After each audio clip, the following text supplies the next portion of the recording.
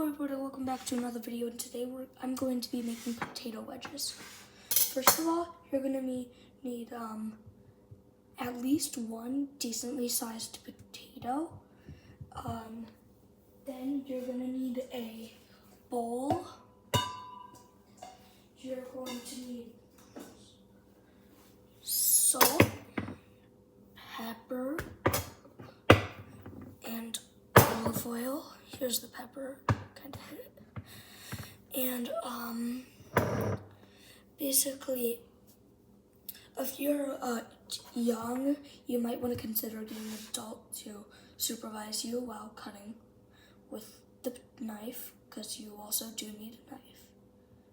You will also need either oil or for like normal frying or an air fryer for this. So first you want to cut the potatoes in half, and from here on out it's really easy to cut them. You can cut off the butts if you want right here. This is the butt. And some people also peel it. Just do whatever you want, but these are like, I'm just explaining the basics. Like you can poke out the eyes, which is where they get real from. Anyways, just cut them in like inch thick intervals to your liking. See, like right here, I got a bit of a small piece. You can throw that out because it's useless. Well, it's not useless, it's there to support the rest. And then, only if you'd like, this part is optional, you can cut them in half again. This just makes you feel like you get more potato for the same price. Jesus Christ. Potatoes are hard to cut. You might want to use one of those knife straighteners where you saw it back and forth, kind of like a whetstone.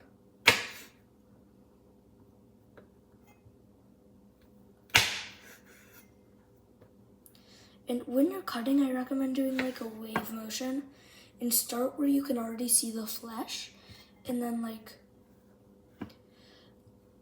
that, okay? And then like make a dinosaur claw with your other hand.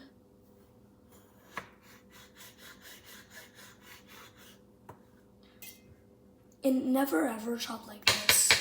It can dull out the blade. And it also can end up chopping your fingers off. Only if you're super experienced, you should do that.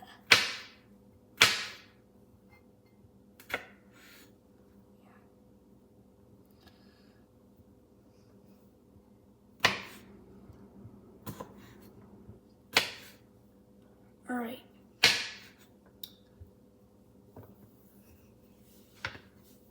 Alright, now that we've got our potato wedges, like this is how they should be looking, cut into little cubes except for one round edge.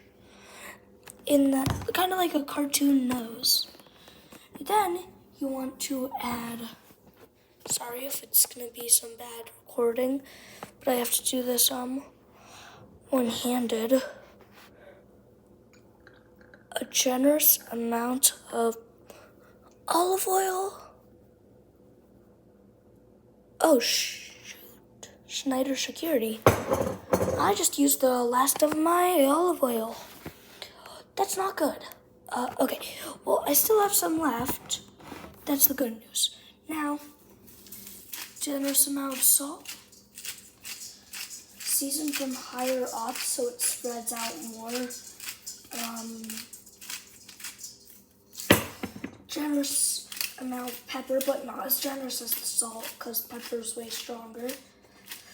Now you're going to want to wok toss it, which is where you do like whoa, whoa, whoa, like that. Okay, I won't be able to record this bit, sadly.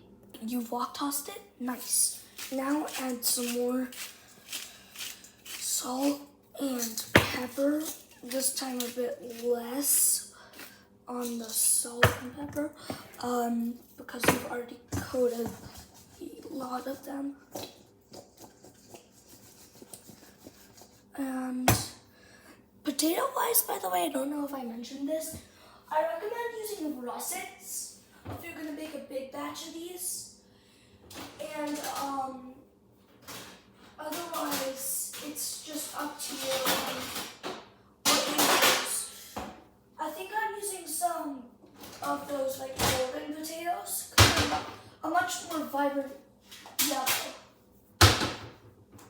But these are actually some of my favorite potatoes. I once grew a potato. Named him Howie. It was for one of my German class projects. And he ended up growing into a nice big strong potato. Then I made fries out of him.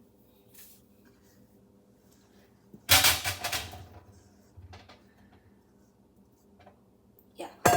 There's also, you can do a starch bath if you'd like. Completely optional. I don't control you. But, you can bathe them in water for, like, I don't know, 10, 20, 30 minutes. And that, gets the starch out after you rinse them and then pat them out. And that will give them more of a crunch. I chose not to do that. All right. And then make sure none of them are touching too much. Pause, that's what she said. And now that you've done all this, ready to put them in the air fryer or normal fryer. I won't be demonstrating normal fryer, but I'll just explain it. Basically, for the normal fryer, you want to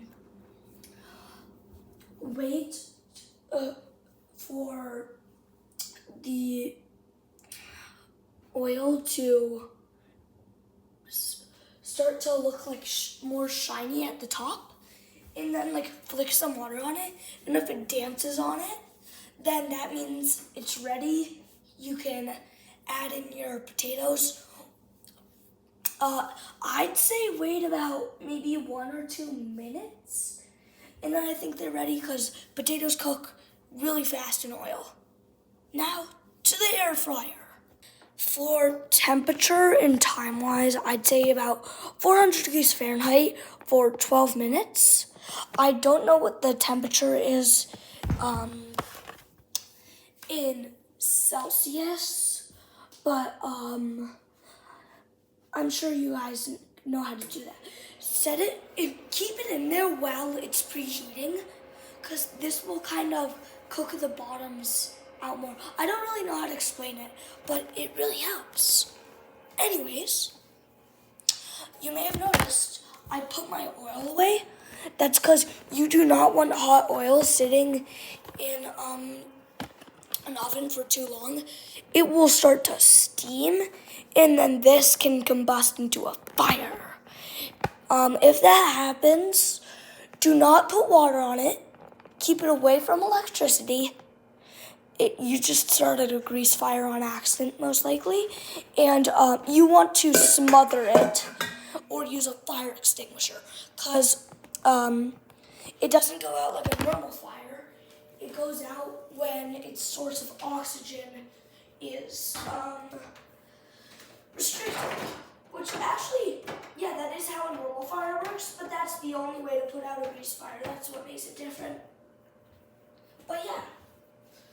I'm gonna leave my olive oil bottle out. I might actually refill it. Alright, well, see you whenever this is done. Yeah. Alright, your potatoes should now be done. You might have had to put them in for a bit longer. If you hear them screaming, do not worry. It's just steam escaping from them through small holes, which can make small vibrations and making noise. Now you want to get them into a bowl, add salt to taste, and enjoy. Hooray!